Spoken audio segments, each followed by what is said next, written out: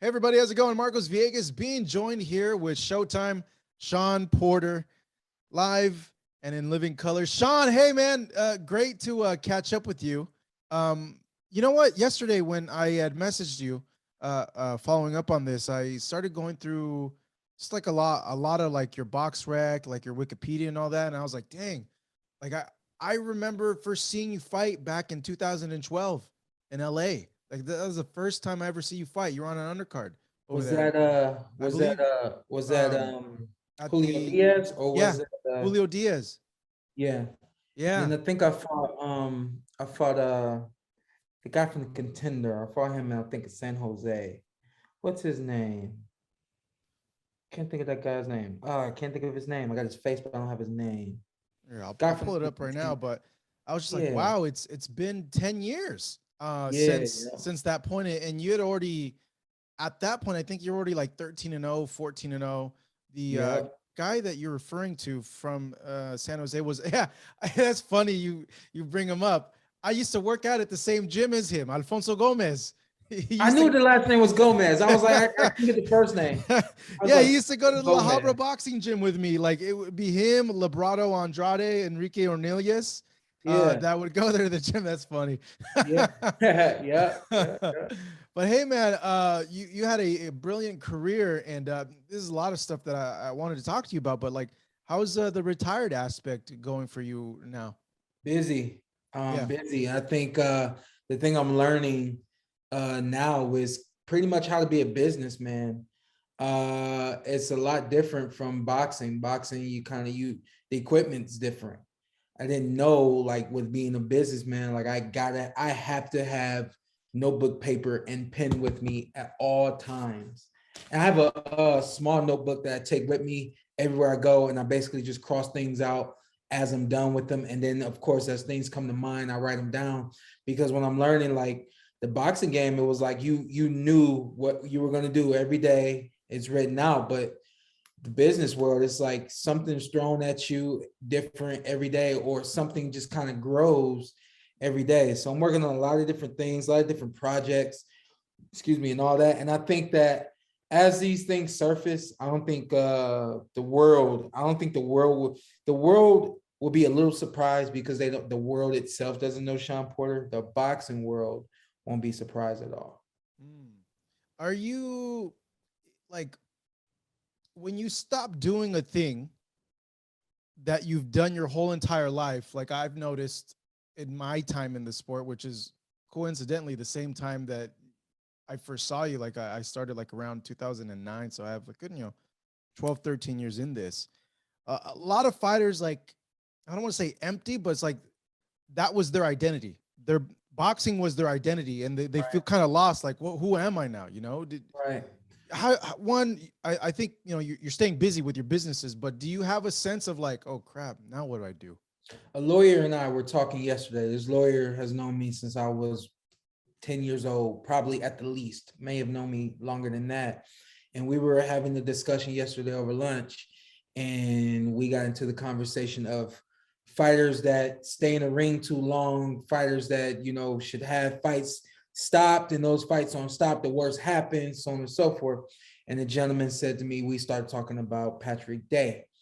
And he said, Patrick Day was just like you. He didn't necessarily need boxing. He did it because it's what he loved to do and it's what he wanted to do. And that's basically how I am, or was at the least, when I fought.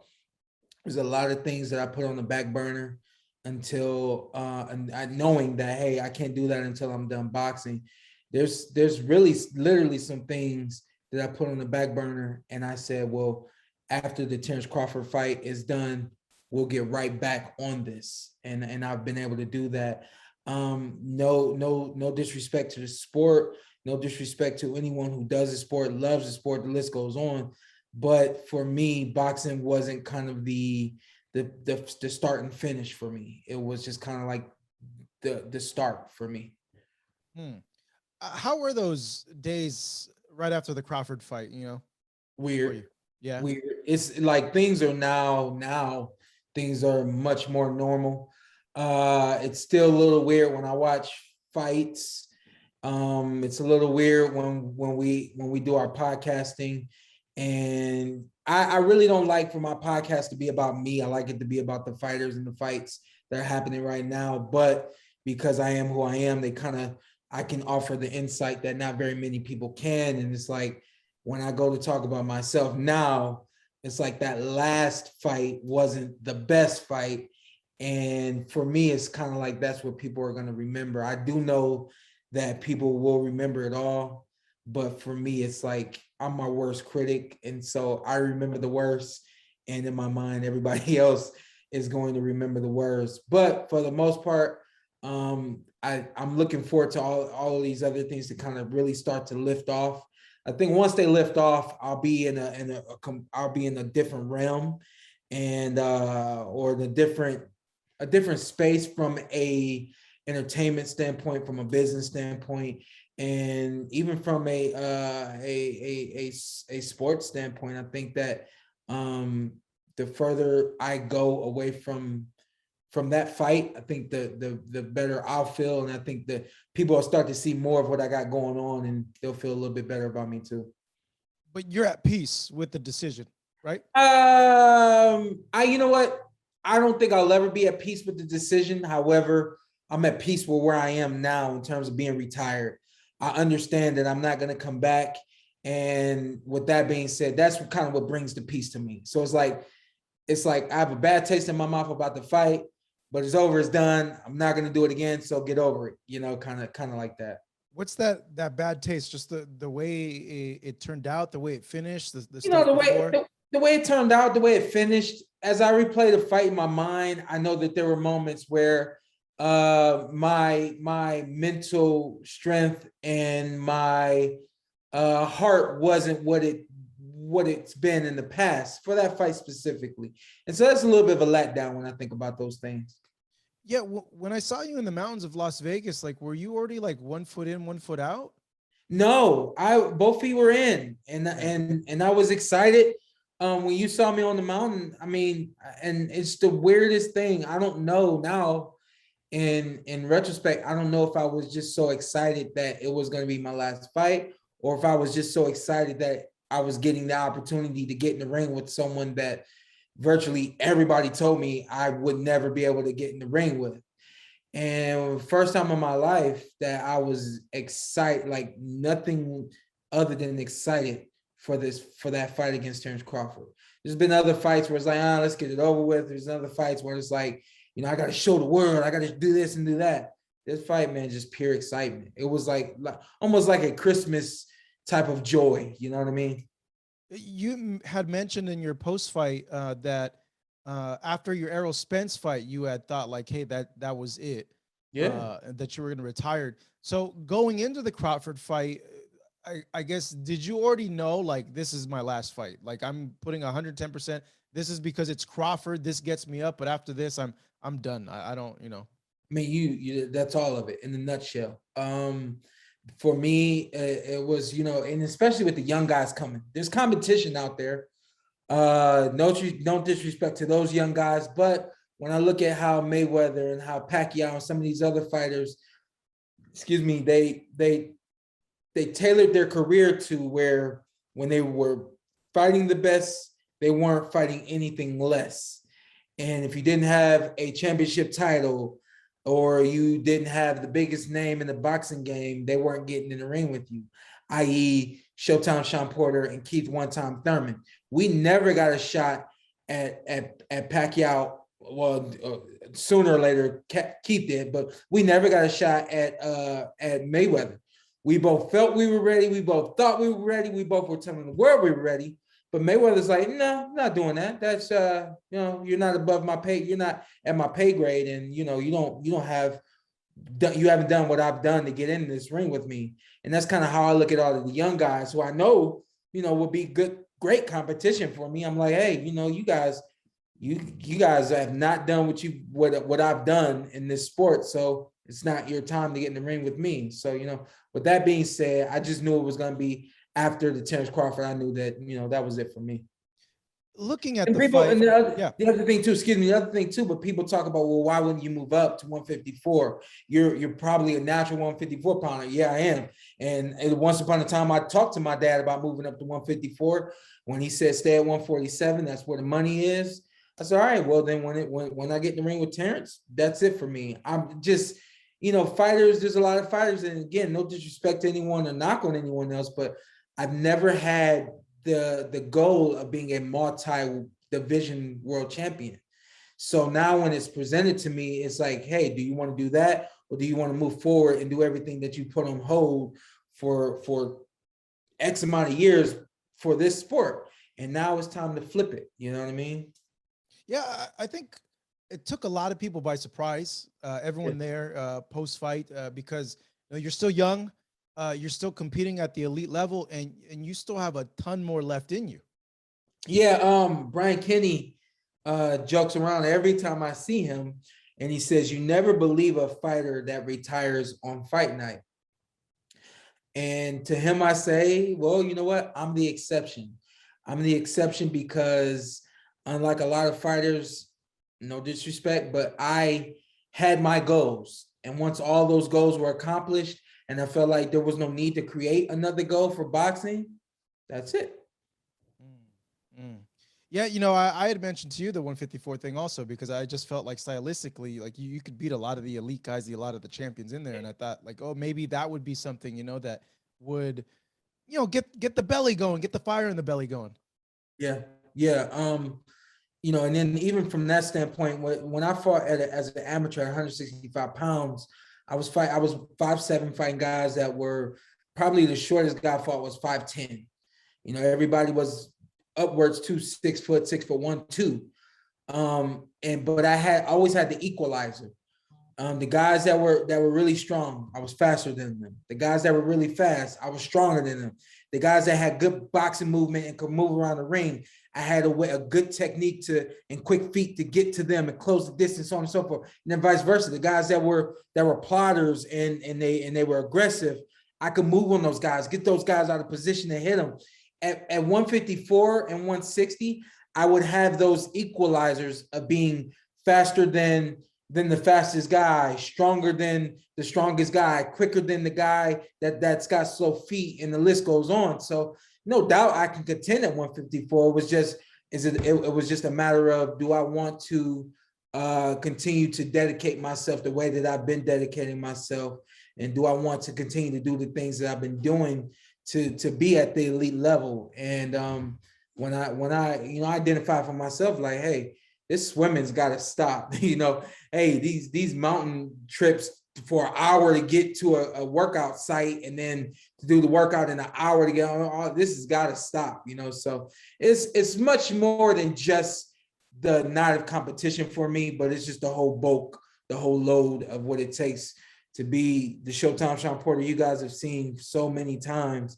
It's a lot to be that in one night. I think I could kind of relate in a slimmer of a way because when I made the decision to stop wrestling and not pursue it in college, I felt like a relief, and I was like mentally overworked from the training, but more so the weight cutting. The weight cutting is what really made me decide, like, I don't want to do this anymore. I don't want to live this way. I don't want to always be on a diet. I can't enjoy anything. I can't go out anywhere. I can't do anything. Like, I'm fed up. I'm sick of this. Yeah, there are definitely fights where I was, down to the last 2 or 3 pounds, and literally my mind is going berserk, and I'm thinking things like, this is the last time I'm fighting at 147. This is the last time I do this, and why am I doing this? Why am I putting myself through this? And this is stupid. Why did we decide to fight 154? I mean, like, all of these different thoughts are going through my mind, but I think that along with those thoughts, you learn some things about yourself once you get there. And then even though I had been getting there so many times and those thoughts started to creep up, you learn how to combat those thoughts with the positivity, with the excitement of the night, with the excitement of what you're going to do, and the preparation that's been put in place for you to be successful and all that. So I really do think that in every facet of a human being, physically, mentally, psychologically, spiritually, emotionally. I really did exalt all of those things, being everything that I became in the sport of boxing. And with that being said, I mean, I feel like that kind of sums it all up. When you've exalted every piece of your human being, like what more is there to do? And that's it. Well, yeah, it's a big mental thing, and especially too if like you get to a point where you're not really doing it for yourself, like you're doing it for like other reasons or just going through with emotions. That's Yeah. like even worse. That's like you're not in it. I think that helped me at the end of my career, near the end of my career. I felt like, hey, I need to be making decisions. I need to be doing what I want to do, and I don't want to be fighting people that I don't have an invested interest in fighting, and the list goes on. So that definitely helped me as I approached the end of my career.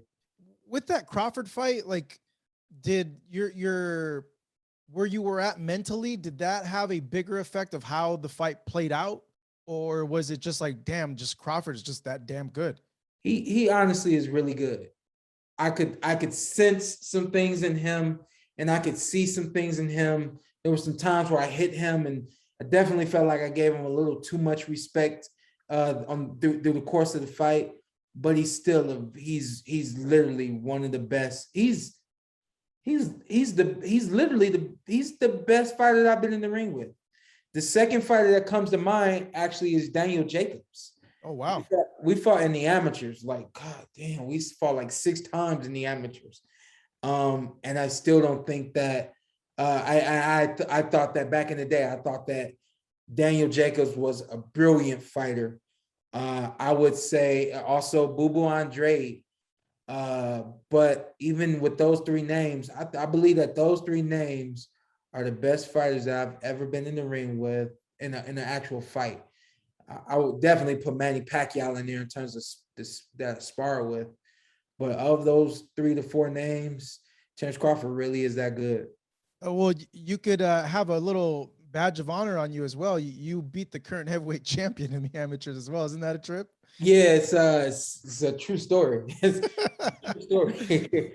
Yeah, I was watching the fight, and I was like, I want him to win, but I don't want people to talk about me fighting him. I just want him to win, because it sounds so like unreal, but it Yeah. happened. Yeah. When so that last round of the Crawford fight, when you start banging your fist on the mat, I felt like mentally, like you were at a point where you're like, God, like just F it, like dang it, and I felt like, okay, maybe that came into your dad's mind as well. Like, okay, he's not in the right mental space right now. The first time I got knocked down, it was what I guess now I understand why they say flash knockdown. It was like before I knew it, I was going down. And well, you had one of those with Broner. I remember Broner, we were there ringside and we saw your face and you're like, what the hell just happened? Yeah, that was weird. I was like, what are you doing? Get up. But with this one, a lot the same. However, I think that who I was in the ring with didn't allow me to have any crazy thoughts. With Adrian, literally by the time I hit the canvas, I was just like, what the hell just happened, But with Terence, it was quick, it was fast, and I went down. And so my thing was to look over at my dad to signal to him that I'm okay. We get back going, and I think that I was caught up emotionally right there, and I went down again. The second time I go down was like, what the hell are you doing? Why are you getting knocked down? And that's when you see me bang my fist on the canvas. It was kind of like I was in dismay. I was like, what are you doing? What's going on? Get your hands up. Why are you getting hit? And fight back and all of these thoughts. And I get up, and my dad and we really haven't talked about that moment as to what he saw, what made him stand up on the canvas. But that's what he did. There's a lot of backlash from that. What do you make of the backlash from that? Immediately I felt like I needed to come to my dad's defense. In the moment when he was saying what he was saying, I knew he was, my dad's an emotional guy. I'm not. So even in moments like that, it's like, it's very easy for me to have a clear head and know what to say and what not to say. And as my dad started to speak, as soon as they went like that with the microphone to my dad, I know my dad, and I knew something off the wall was coming out of his mouth. As it starts to come out of his mouth, I am mentally shaking my head like, don't go there. Now's not the time to do that. He did it. He heard the boos. And from that point, it was like, okay, how do you defend your dad in this moment? You know? And that was my thought. And then the next thought was just get out of the ring. That's how you defend everyone. Just get out of the ring. Stop talking and get out of the ring. So my dad said a few things, and then I kind of started to touch my dad, like, hey, you know, and signaling to who was that in the ring with us? It was Bernardo. And I started signaling to him that we were done. And after that was Saturday night. Sunday, I told my dad that I was going to do the podcast. I wanted him to come on the podcast. He says to me, I'm not doing any interviews. I don't think you should do any interviews either. I told him, I said, hey, this is my podcast. We control a narrative. We can tell the world, the boxing world, what we need them to know. And I think that we can resolve everything just like that. You should come on this podcast. He said, no, and you shouldn't do it either. I did my podcast because for a number of reasons. And I had Terence Crawford on my podcast for a number of reasons. The Porterweight podcast, for anyone that doesn't know. I did my podcast because I knew that I was going to win that fight. And I knew that I was going to do my podcast right after I won that fight. It's so much so that I was prepared to do a live show on Sunday. And also I was going to have, or at least invite Terence Crawford to be a part of the show. The fight doesn't go the way that I expected to go, but I can't not be me. If the me that was going to do the podcast winning should be the me that would do the podcast losing. And so that's why I decided to do the podcast, even though I lost the fight. Also, again, I expected to bust Terence Crawford up. We both took some bumps. I think he got the best of it that night. He got the best of me that night. But that does not warrant me not at least offering him to come on my podcast. And so I said, hey, man, we did something great last night. Would you like to be a part of the show? And he said, yeah. Again, if I had won, I'd offered it to him. If I had won, we'd done everything that we did. I said, just because I lost does not mean I can't be myself. If myself feels that I should do this, I'm going to do it. And then furthermore, I felt like it was a moment for me to defend my dad and kind of explain to the boxing world what he meant on the night that he said the things that he said. Ultimately, if you were on the other side, like, do you feel you would have stopped it as well? I think a lot of fans felt like you could have kept going at that point. Be honest with you, I would not have. I would have, if it was flipped, I would have given my dad a moment to come back to the corner for he and I to converse and to find out what's going on and how do you feel moving forward. Again, my dad and I, we are different in a lot of ways. And I think that that's another way that we're different in the sense that I know how to kind of analyze things very quickly and make a sound decision opposed to not analyzing anything at all, going with my emotional thought process, feelings, whatever the case may have been, why he threw in why he stepped up on the apron. I don't even like saying throwing in the towel. Is that all right? I don't even like saying that. It's you know, you are who you are, Shawn. Yeah, it's okay, but I know, yeah, it's. Did you see the fight back? Was it tough to see the fight? Nope, I haven't seen it. You haven't seen it? It's just personal reason, or? You know what? This probably is going to surprise people. Maybe it won't, but there's very few fights that I've watched back of myself throughout my career. Personally, I'm my own worst critic, so There's been tons of fights that I've had that I've won, and I was like, man, I just look ugly tonight, you know. And so I'm weird like that. But with this one, it's weird, man. You and I've thought about that myself. I'm not getting back in the ring. I'm not gonna fight anymore. Usually, you watch a fight back to learn some things so that you grow and get better.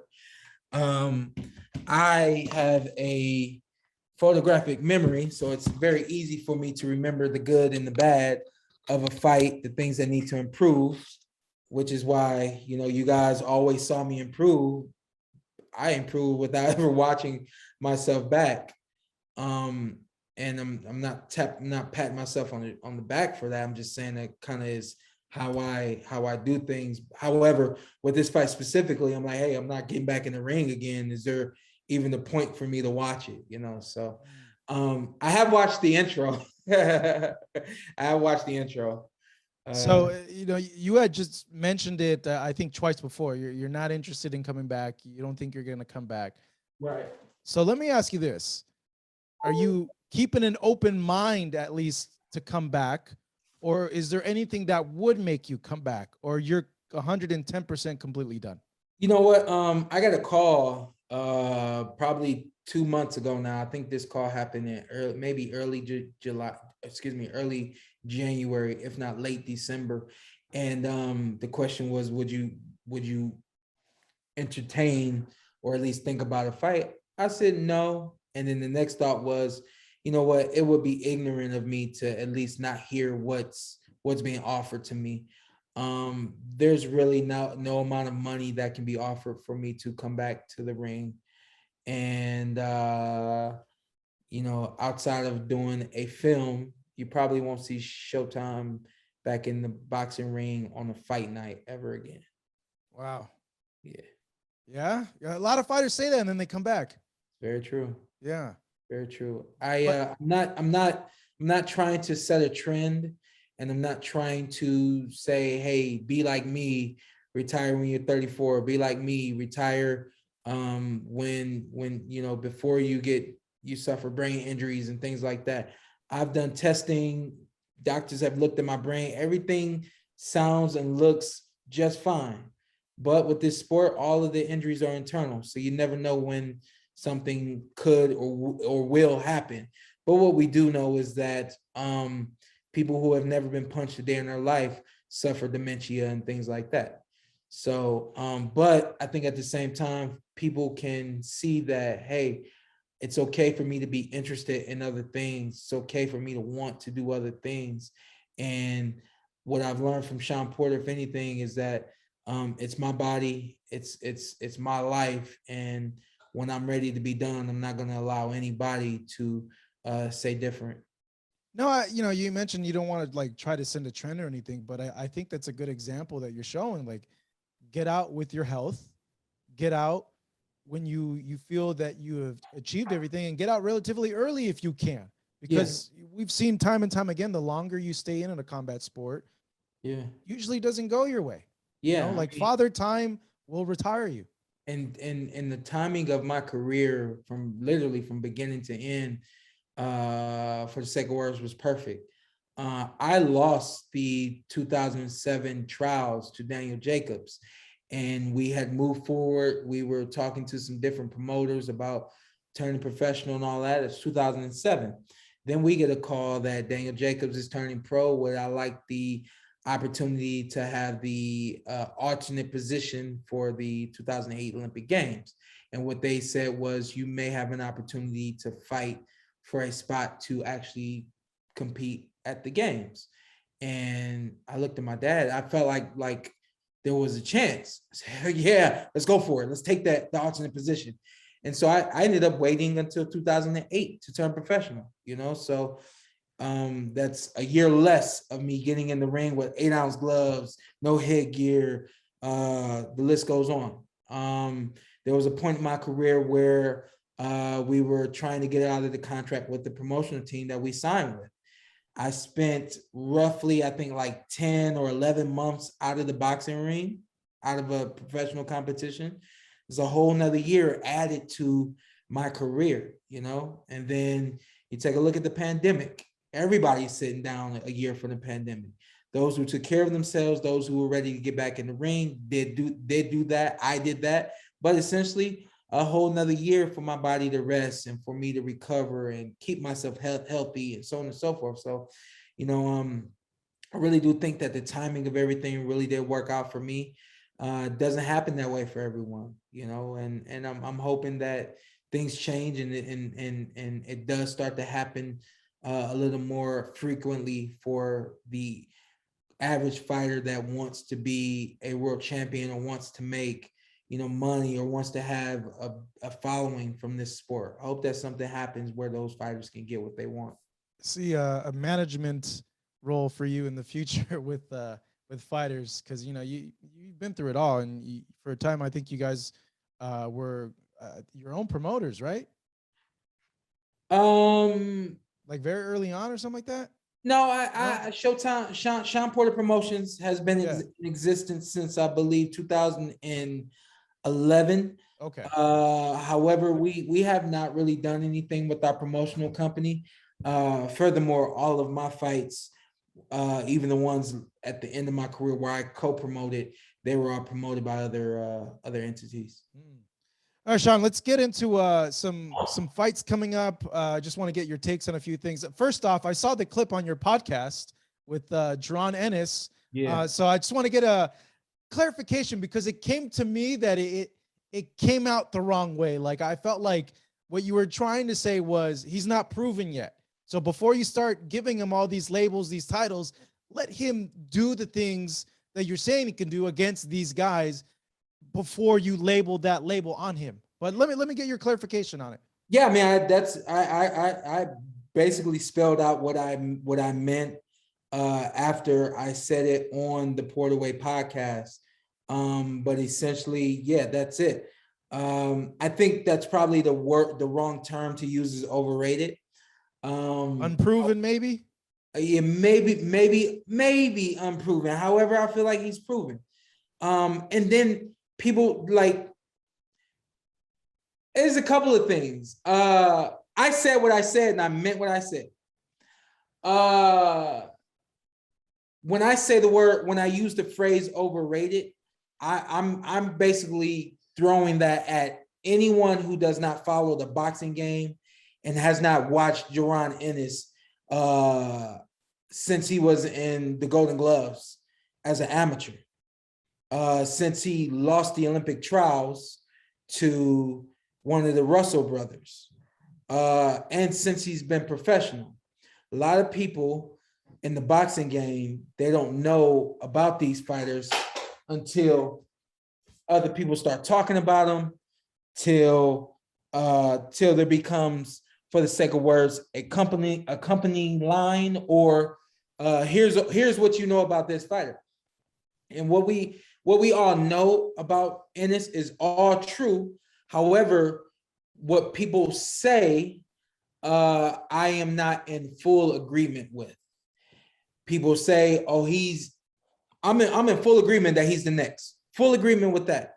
What I'm not in full agreement with is when people say, "Oh, he's gonna wash that fighter, that fighter, that fighter, that fighter." I'm like, hey, this dude is gonna be in some very good, great boxing matches. Let those matches happen. Don't just put the stigma of him washing every fighter he gets in the ring with right there in your face. And so once a few people say that, now that's what his reputation is that he is next, but I don't think he washes, definitely not the top 3 to 4 guys in the welterweight division. I think those are all great fights. Honestly, he's a problem, and he might beat all 4 of those top guys. But for everybody to just say, "Oh yeah, he's washing them," I can't rock with that. I know you had to have seen the reply tweet that he sent to you, right? Oh, absolutely. It was a little too late. I didn't give it, so I don't give a damn about my social media. And when I saw it, it was I had nothing to say to it. But then I have this video of my son wearing my brand, and I said, hey, maybe we should just post this and say shopshawnporter.com, because I know that everybody's looking at both of our accounts right now. And, it's kind of how I feel about his response. If there was no Jaron Ennis ever, Shawn Porter still would have retired November. What was that? November 22nd was my fight? November 20th?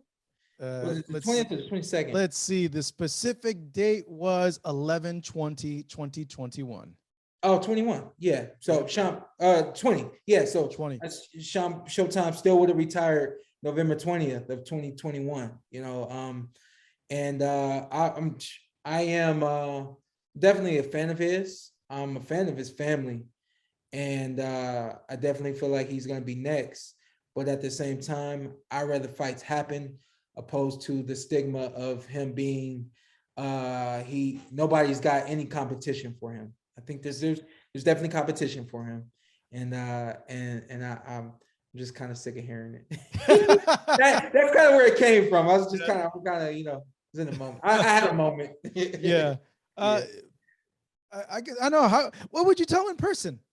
Like, how is that interaction gonna go? I'm hoping to get something from him soon. There's really no beef. He's not a beef guy. He's not a beef guy. He reminds me a lot of Terence Crawford, where Terence just wants to do his job. He doesn't really want to talk about it. He doesn't really care to sell a fight. He allows his actions to speak for themselves. Yeah, that's when because you're doing the podcasting and then you're also doing the analyst stuff. It's different on the other side because you're forced to give your opinions, and sometimes those opinions, like with this, might not be as taken to some fans. It is a little different getting that sort of criticism sometimes. When I first started the Inside PBC Boxing Show, we recorded all of our episodes, and it was like we would do a rehearsal, and here's what we're going to talk about, and it was kind of like, I gotta talk about that guy. I gotta talk about that guy. And initially I would start to kind of fabricate everything into what I feel people wanted to hear. And it's like, I got to a point where it was like, hey man, if you don't say it, then you're doing yourself a disservice. Forget everybody else, And so I started to just be like, hey, say what needs to be said. If someone doesn't agree with it, of course they'll speak about it on social media, but you're a man. And if they want to say something about it in person, handle it in person. I've really never had to deal with that. I do feel like there's been one, maybe two bridges that have been burned, or there's been a fire set on those bridges. I expect those bridges to eventually be built back up and come back into intact. But nevertheless, I'm there to do a job, and I'm there to give my personal analytic opinion. And I think one thing that separates me from probably every analyst out there in the boxing game is nobody taught me how to be analytical. I'm just kind of made this way. And the way I am on TV is the way that I am off TV. I give you a prime example. We just put my 4-year-old in private school. Took me about 3 weeks to make a decision, because I had to analyze everything, and it had to make sense to me, and I had to make sure that I wasn't being selfish or biased towards what I wanted or what I did and didn't have. Same thing with the boxing game. I'm not, my opinions are always unbiased. They're not biased, and they're not selfish opinions. They are my simple analysis based on everything that I've seen and what I know about the sport. So what I know is Jaron Ennis is going to be in some great, exciting fights. I know that he has the potential to beat 1, 2, 3, 4 in the welterweight division, but he's also has the potential to go 12 rounds with all of those guys and not wash those guys, beat those guys, and possibly lose to 2 out of the top 4 guys in the division. Who do you think he loses to? He loses, if he were to lose, don't put that, don't say it. If he were to lose. If he were to lose. Like, who do you see him potentially beating him?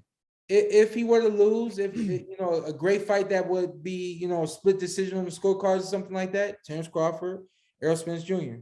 I think that those guys are still very much so elite. Have swim in the ocean with the sharks.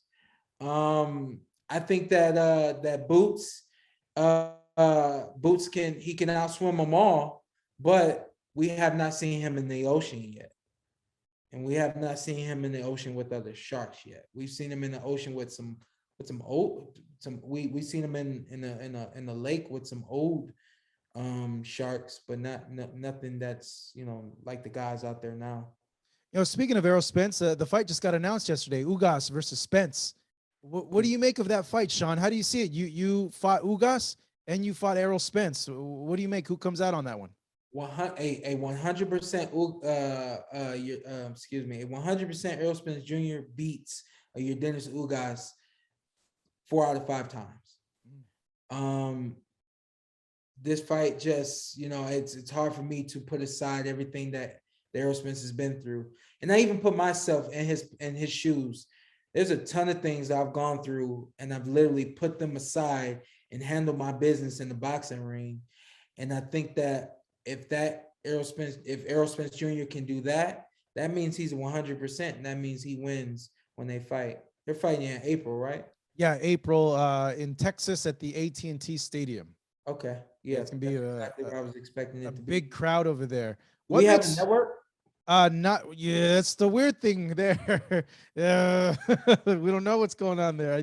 I think I have a little insight. You probably have a little insight too on some of the stuff that's happening. But yeah, I don't know. Yeah, it looks like it's gonna go to the highest bidder. Let's not get fired here. Yeah. What makes the fight tricky for Spence, and what makes the fight tricky for Ugas, in your opinion? We have now had the opportunity. I probably shouldn't put a crack in my mouth. That's all good. Take some more time. Like, kill some time for me. All right. Get some water, Shawn. Clear it all out. But looking at this fight with Errol Spence and Yordenis Ugas, there's like a whole bunch of orange come at you. No. But to you, what makes the fight tricky for Errol Spence, and what makes the fight tricky for Yordenis Ugas? We've had the opportunity now to see Yordenis Ugas use 2 different styles. Prior to fighting Pacquiao, we only saw him use one style. It was an aggressive, body attacking, not much boxing from the outside, a lot of strength and power, not much speed, not much quickness, no foot movement. That's what we saw. When he fought Pacquiao, we saw him use a jab. We saw him, I saw him calculate his range, the distance. I saw him ready for everything that Pacquiao was going to come with offensively and defensively.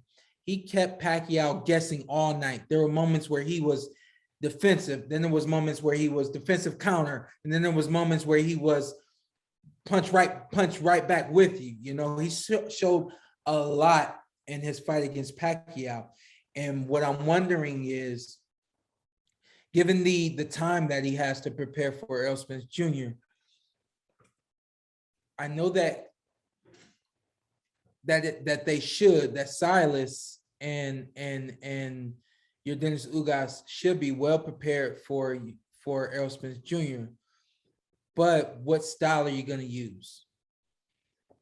I think the aggressive style works in Errol Spence's favor because Errol wants you to throw with him. Errol wants to punch in between your punches. Errol's strong, and they both guys believe in their power. I would give a toe-to-toe match to Errol Spence Jr. because, again, when they both use that style, I've seen Errol punch, step around, punch, be defensive, get around, things like that. Yordenis using that inside fighting style, he's cover, punch, cover, punch. Errol Spence wins that fight. Now, if you try to fight Errol from the outside, use your jab, try to stop him from catching your rhythm and your timing and things like that, you buy yourself some more time, but then now you give Errol Spence Jr. a time to calculate what's going on, where to hit you. You give him time to set up and all that kind of stuff. I really think that this is Errol Spence Jr.'s fight. I think it's tricky because Spence is highly active with the volume punching, and his jab is very highly active. And if you're an Ugas, you got to think like what you just said. Okay, is it more beneficial for me to fight Errol on the inside and try to push him back, or catch him in between some of these punches, you know? And I'm even now I'm thinking like, okay, what would be the most advantageous for Ugas? And it's like they might say like, well, you got to feel him out, and maybe mix it up, but maybe try to make him think twice about throwing the jab and push him back. But Errol's very good on the inside. He's got to mix it up. I think that's the number one thing Yordenis Ugas has to do is mix it up. I think that one style all night won't win him the match. If I had to pick which one he should do more of, I would say he should start with countering from the outside and then working his way to the body. I think that countering will present or force Spence to think. It will force Spence to possibly hesitate a little bit, and then from there, getting to the inside, where Yordenis works very well on the inside. I think then you won't give Errol Spence the range that he needs to get off his power shots. You work on the inside, out hustle Errol, and then you get back to the outside. So it's that's why they call it chess, and that was kind of one of the things I loved most about it, especially the fight with Errol Spence. I felt like that was a thinking fight, a mental fight, and I felt like for a majority of the fight, if not the entire fight, I was able to outthink him. The thing that what you just said with Ugas, I think the big thing then it's going to be like how Errol feels that power, because if he feels like, okay, I'm not in too much danger, Errol's going to, I think he would, if a guy's trying to counter him, be like, okay, I'm just going to press forward on this guy and not give him any space to counter me. Yeah, I'm not sure. The one that comes to mind for me is Andre Ward. Prior to Ward, I had never really seen or heard the tactical approach of going toward the power. That was what I learned from Dre, watching him do his thing. And the thing is, it's like everything in life is easier said than done. Yeah. I think that's one thing that's easier said than done. You're saying, hey, go to the power, but along with going to the power, you have to be able to release some power yourself. You got to be able to release the right punches at the right time, and then get off the line the right way to alleviate the power that's coming at you. So I think it's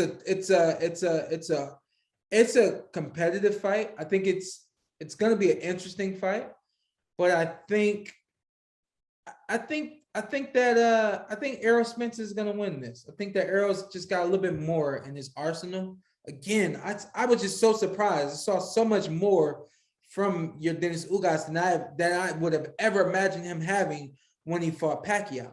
But as I explained to someone once before, when all of the guys up here, we've been watching those guys since we were way down here, so it's safe to say Yordenis Ugas was preparing for Pacquiao 5 years ago when he came back to the game and seeing who's my mark, who do I want to beat to be the best.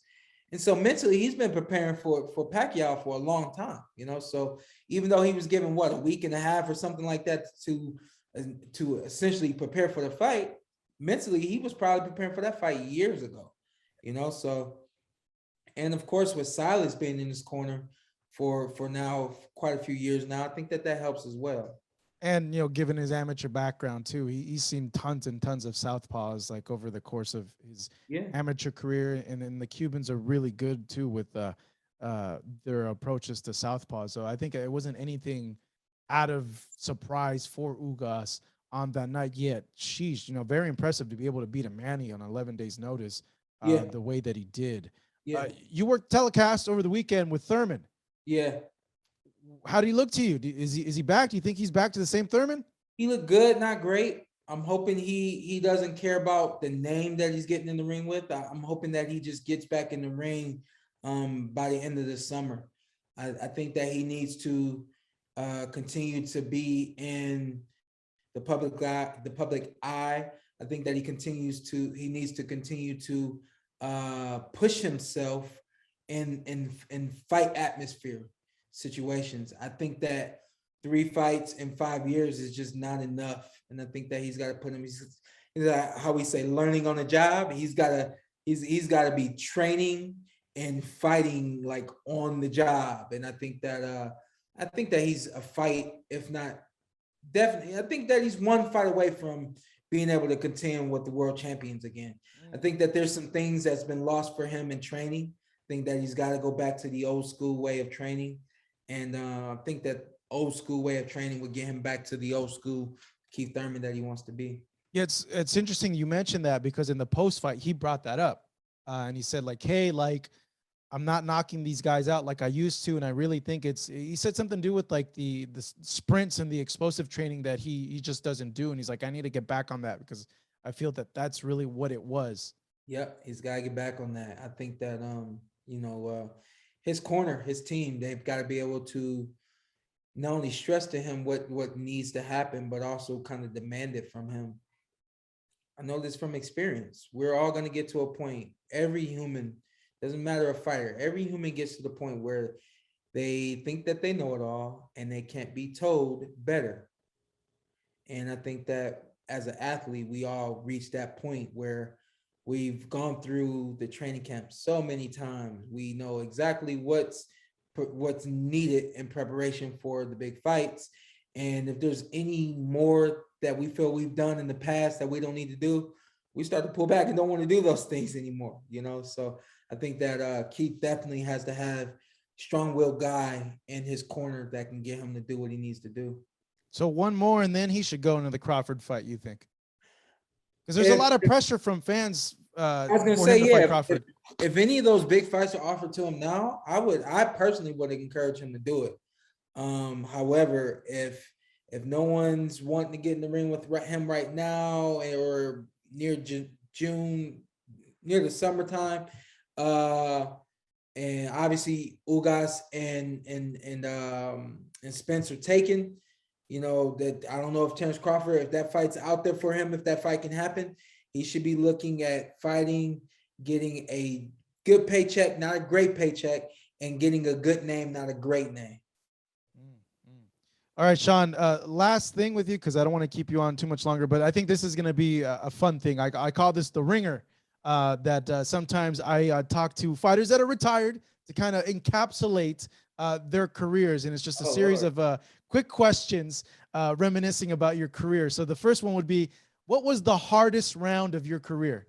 Hardest round of my career? Yeah. Oh, Lord. Hardest round? Yep.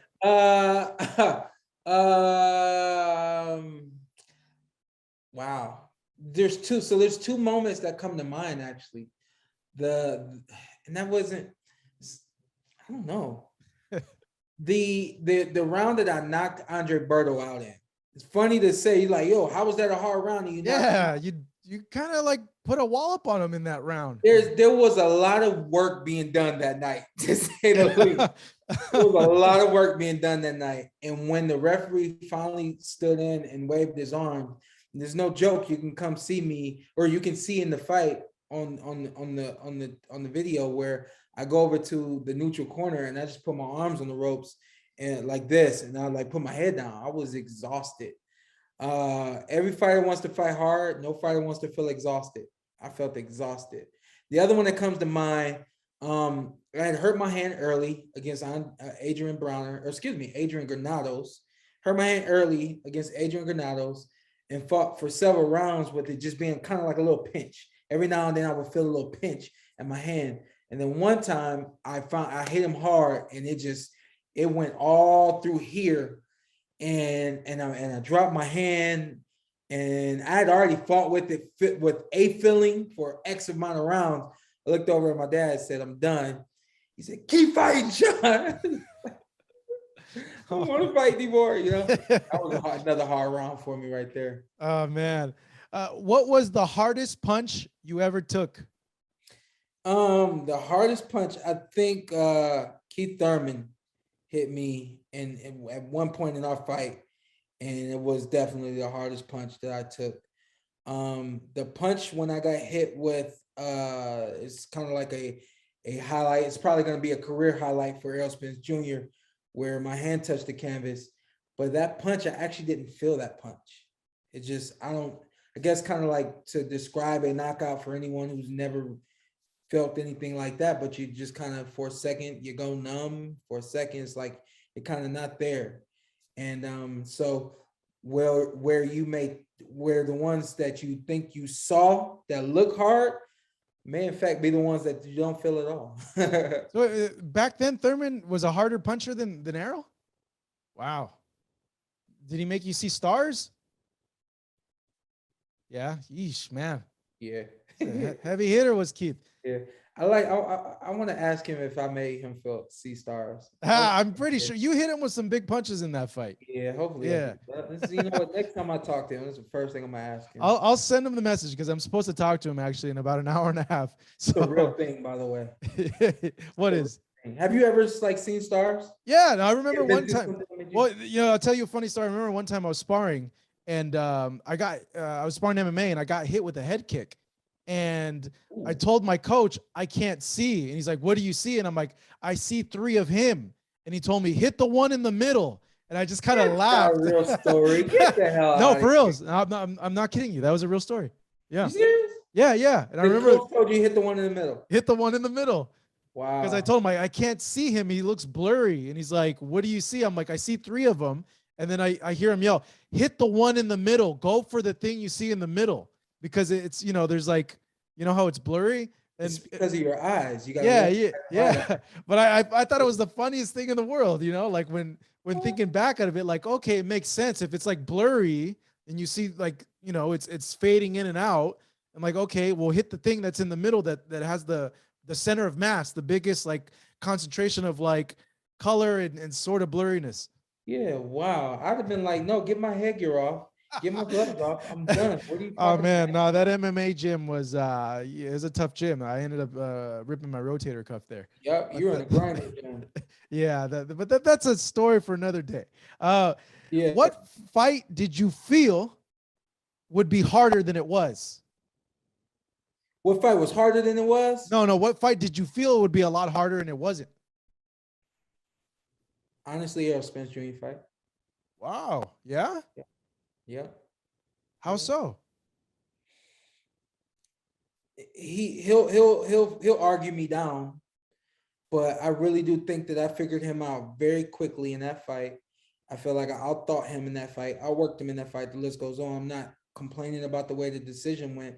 I'm just letting you know that the fight was easier than I expected it to be. Interesting. Wow. What was to you, Shawn, your most satisfying win in your career? First time I won my championship title, IBF, against Devin Alexander.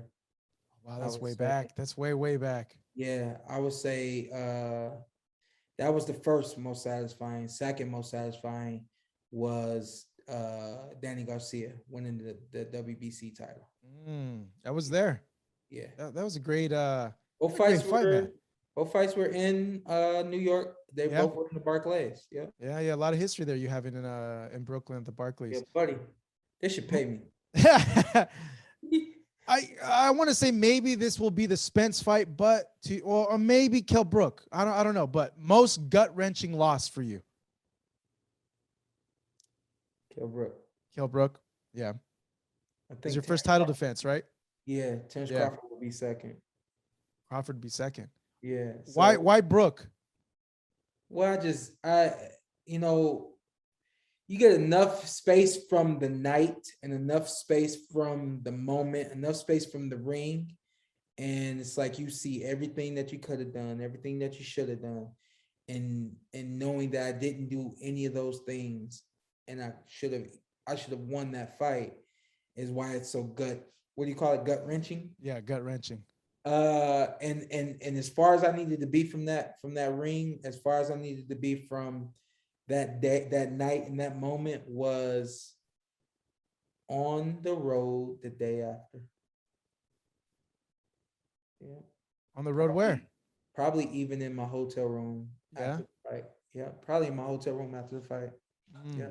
It was like immediately I knew everything that I did wrong and should have done immediately. You mentioned also the Brooke and Crawford. Crawford, why was it so gut wrenching? Just because the way it finished, Just or how the way it finished. yeah, Yeah, the way did it finish? yeah, Yeah, I yeah. figured. Was there an opponent you were? I don't want to say like scared, but like where you were like more nervous than usual than any other opponent.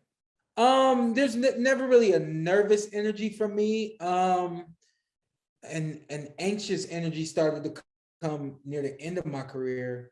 But I would say it would have had to have been Keith Thurman. I think that was the one that was kind of like, here we Yeah. go. And What's that the? first bell ring, it's like F it, let's go. You Oh man, know? no, that energy that night was crazy. Uh, Yeah. yeah, I remember that. And then I remember seeing your dad in the locker room, also too. And like, I remember he escorted us to go and see you. And I remember he asked me like, "Hey, Marcos, I know you see it pretty good. How did you see the fight?" And I'm like, and I told him like, Kenny, it was really close, but honestly, I could tell you this, like, I didn't think Keith won. Like, I saw it a draw or maybe like 1 point your way. Being really honest, like, yeah, it was a really, really close fight. Yeah. Yeah. Yeah. Pretty close. What 100. was the weirdest thing you ever gotten from a fan? Weirdest thing I've ever gotten from the fan? From a fan, yeah. Most recently.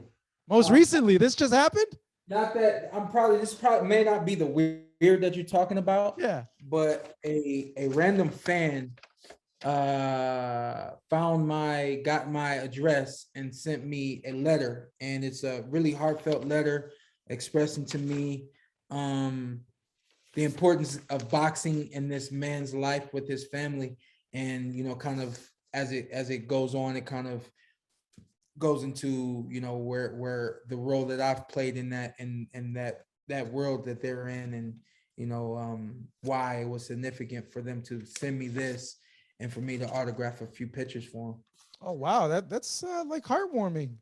Yeah, for sure. Back in the day, we would have people sending cookies to the boxing gym. We had met some fans somewhere one time, and they knew that I liked cookies, and before we walked away, I'm gonna bake you some cookies and send them to you, and showed up at the gym one day. There's a box of cookies down there. Oh man. Nothing, movie star type weird. Man, I was the worst when I was cutting weight. Like I'd always sneak snack ins, and I was just lucky that I had a really fast metabolism that I could sneak snacks in because I was always munching little snacks here and there. The only thing I would sneak during a camp is cookies or chocolate, and then as I got closer, I would cut all that off. And then every now and then I would sneak in like a sports drink, a sugar. What is the craziest purchase you ever made as an active fighter? Wow, there's really none. My wife's wedding ring. Good purchase there, Shawn. Good investment. Or my wedding ring. My wife, I went out and I designed my ring, and I told my wife, when I got home, let me see it. I said, no, you don't get to see it until the wedding day. And so her first time seeing my ring was when she was gonna put it on my finger, and she couldn't believe like how many diamonds. So afterwards, she said, "Why'd you make a ring like that?" I was like, "I just want everybody to see that I'm married." And finally, who is the funniest guy you've ever met in boxing? Oh wow, funniest guy I've ever met in boxing. It's quite a few too. You mean like fighter wise, right? Just yeah, fighter wise, yeah. Yeah, the first one probably AB. Broner.